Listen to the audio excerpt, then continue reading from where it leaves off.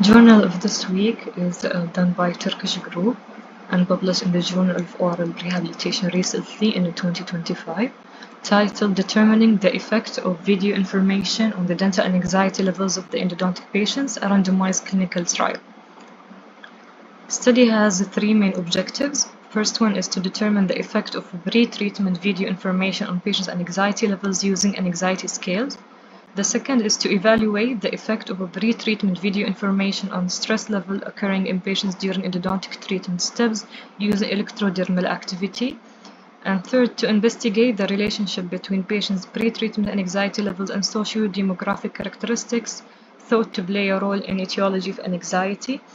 The null hypothesis is video information would not change the patient's skin conductance levels during endodontic treatment and anxiety scale scores after endodontic treatment. And second, socio-demographic characteristics and dental treatment habits of the patients would not affect pre-treatment dental and anxiety levels. Sample size calculated to be of at least 46 patients, 23 per group. 120 patients referred to Faculty of Dentistry Department of Endodontics from March to September in 2020 for endodontic treatment participated in this study.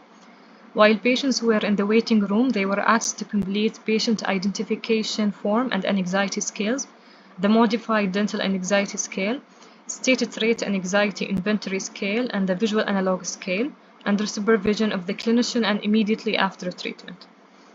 Patients were randomly assigned using online software to one of the two study groups, video group or control group, which was basic verbal information, and a galvanic skin response device was placed on the patient's wrist and fingers to determine their stress levels during treatment for each stage of the root canal treatment.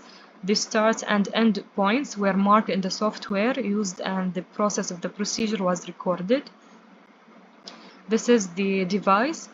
It acts as conduction of the secretion that occurs in the eccrine sweat gland due to pseudomotor activation, which alters the conductivity of the skin. So it is an objective test to test or measure the anxiety levels.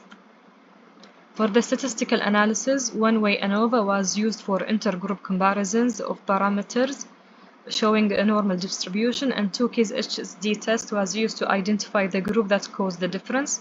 The independent sample t-test was used to compare parameters with normal distribution between two groups. For the comparison of repetitive data with normal distribution, the paired sample t-test was used. Pearson correlation analysis was used to examine the relationships between parameters, and post-hoc Binferoni correction was used in the statistical analysis for the repeated measures. For the results, significantly higher mean of MDAS and status trait anxiety inventory and VASO score were found in women compared to men, and for those living with the family members with dental phobia compared to those who did not live with a family member with dental phobia. And mean VASO score were significantly higher among young compared to older patients. The mean MDAS and VASO score were significantly higher in those living in the district than those living in the city. And there was no significant difference between the income distribution of the patients and the mean scores of the anxiety scale. The post-treatment anxiety mean scores in both groups were significantly lower than when compared with the pre-treatment scores. As for the most anxiety-inducing steps of root canal treatment, it was anesthesia followed by cavity preparation. Finally, for the satisfaction of the patient feedback, 83% of all patients responded that GSR device worn on the wrist during treatment did not worry them, and 76% of the patients answered yes to wanting to know more information about the treatment beforehand.